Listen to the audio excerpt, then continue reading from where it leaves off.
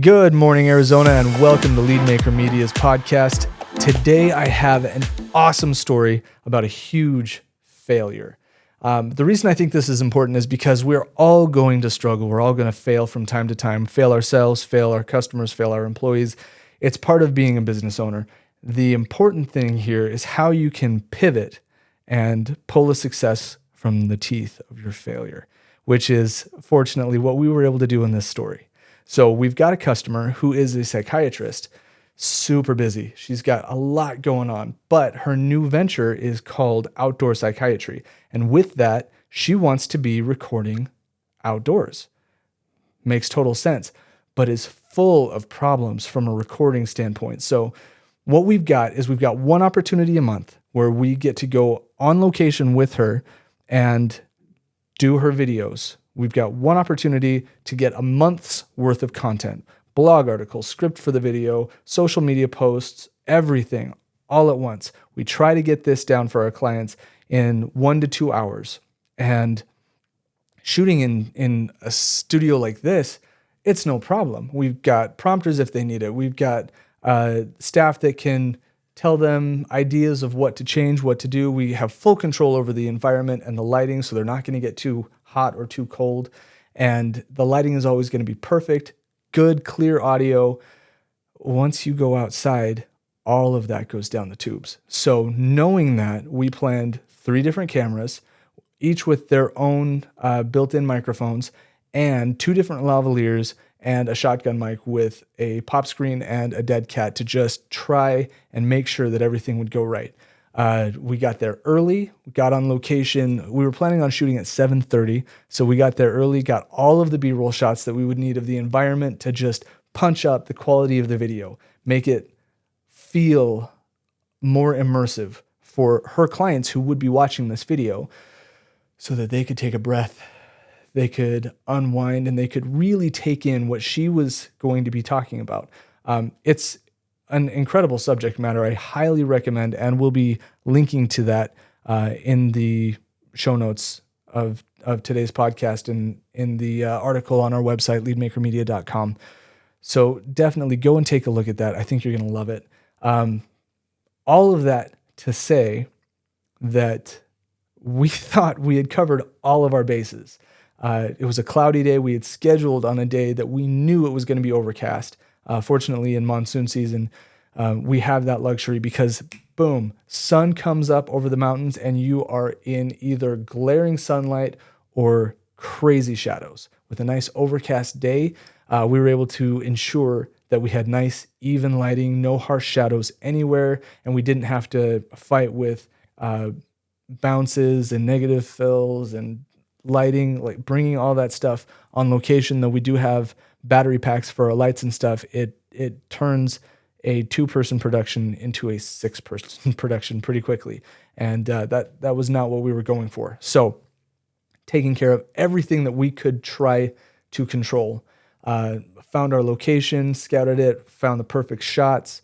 And when the client showed up, we went to meet her and came back. And this is where the first problem happened. The first problem was from the time that we walked down the path, got her, walked back to the path, or back up the path to the shooting location, somebody had already swooped in, a cute little couple with an infant baby just out on their hike, sat down right where we were planning on shooting, and just spent 15 minutes playing with their baby next to the brook. They were adorable, and we didn't have the heart to push them along. So fortunately, we had a second site within throwing distance of the first location where we were going to be shooting the social media stuff.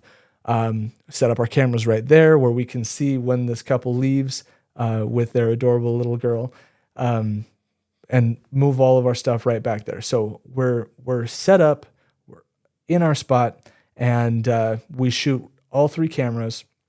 We've got a face on, we've got a 45-degree angle, and then we've got an active camera, gimbal stabilized to get more dynamic and EPK footage. EPK is behind the scenes shots of us getting the shots that we can use for our own purposes. We got everything rolling, trying out a lavalier and the shotgun mic, and we want to preserve the audio that we're getting of the birds and the running water and the wind and the trees and everything. We've got to have all of that. So we're trying to keep it as natural as possible. And everything goes wrong. Everything goes wrong. The built-in microphones are giving us no audio because they're just a little bit too far away. And both the shotgun mic and the lavalier are picking up everything. We tried both of our different lavaliers, one with powered condenser. Just nothing we did made any difference. She was either 0 volume or she was 100% volume, where every chipmunk, every bird, every step in the rocks was all at the same audio as her speaking. Didn't matter if it was right here, didn't matter if it was 5 feet away with the shotgun mic. Audio was a huge, huge problem. So after a couple of minutes of that, testing out all of our different mic setups with her, we were really in a tough spot, rock and hard place situation. It was bad. And I'm sure, I don't want to think this, but I'm sure in the back of her head was this question: do these guys really know what they're doing? Did I really make the right decision coming here? Maybe green screen would have been the way to go. And green screen has its place. You can see we've got it in this studio right here. But you don't get the feel of nature when you're pulling a graphic and throwing it up on green screen, or pulling stock video of somebody else's shot somewhere else in the country. It doesn't feel right, and you never get the right audio. You can do your Foley work to the best of your ability. It isn't the same, and it isn't what her vision was. So we had a very narrow window of time to make that vision work. And Stoney and I have been kicking around an idea that would work, but that we hadn't talked to this client about. And this was the pivotal moment. So what we decided to do, what we pitched to her, and what ultimately was the perfect solution was, we've got her framed up. The other couple has left. We shoot this second scene where we're going to be doing all of her social media shots. We've got her framed in. We've got a recording of what the lighting looks like. Pull her out, hit record. Stay silent. Just the shotgun mic doing its thing, picking up all of that ambient noise for about 6 minutes. 6 minutes of on location, in the right spot, beautiful scene with all of the nature being recorded through that microphone. And then shut that down, go to our primary shooting location where she's going to be doing her long video for YouTube, sit her down there, get the shot lined up, have her talk a little bit so that we can see how everything needs to look, pull her out, and just shoot the scene. Just shoot the location again for several minutes, just the audio of the water flowing down through the stream, the wind coming through the trees, all of the birds, and gorgeous, gorgeous audio. Then we reconvened later. So we spent about 40 minutes with her on location there. And then we met up later in the day back at our studio in our green screen, where we know we've got the scene set. We record her not reading her script, but telling her script and giving her customers the information that she was planning on giving out in nature, so that what we could do is take that video and audio and turn down the audio, make it a lot more ambient, and put her right back into the scene, right back where she wanted to be, out in nature. She was already there. We had shot the right scene already. We've got all of the B-roll of her interacting in that environment, everything that we needed to put together the perfect video with full control, again, of lighting, temperature, audio. So we were able to record crystal clear audio of everything she needed to do.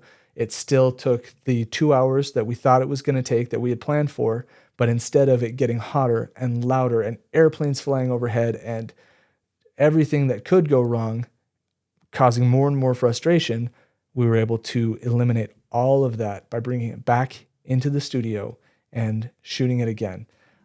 This might sound pretty simplistic, but if you are looking for live backgrounds of the desert or of the forest or of wherever you're going to be shooting, what you're going to find is either a still image, a cartoony looking image, a CGI scene of that image, or moving like drone shot or walking shot or a panning shot of that. You're not going to find several minutes of one scene actively being shot in nature. So because we have that, we can now use that for anything else that we want to throw in that background for ourselves.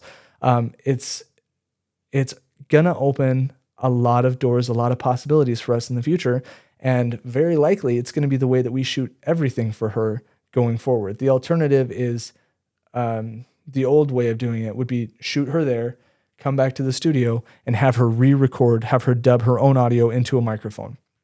You lose so much when you do it like that, because matching the timing, it takes a real actor, a real professional to be able to watch themselves, match the timing, match the inflection and the tone that they were feeling and thinking and saying on location. Much better to shoot the location, bring it back in-house, and have them give their actual emotive content right there in the room. So those were the hurdles that we got to overcome on the spot and think on our feet this last week. And I'm sure that this week there will be something new. And this week for you, there will probably be something that comes up that you've got to think fast on your feet. But remember that you don't learn anything from the successes. When everything goes right, you don't improve anything. It's only when we fall, it's only when we have to pick ourselves up, dust ourselves off, and analyze what we can do better that we improve. And the faster you're able to do that, the faster you are going to be able to deliver the product that your customers need.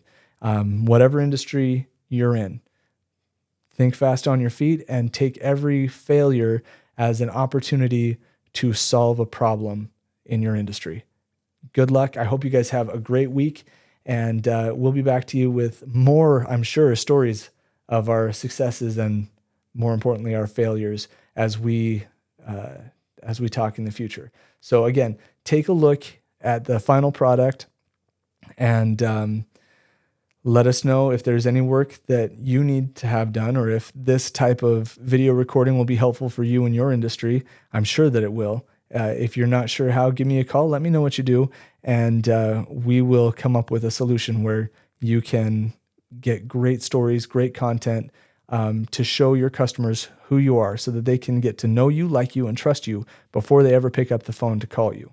And we look forward to working with you. And even if we don't, we look forward to hearing your stories. Tell us how you have overcome a failure recently and blown your customer out of the water. Just really made their day. And until next time, I've been James Bitter with Lead Maker Media, and I will talk to you again soon. Thanks.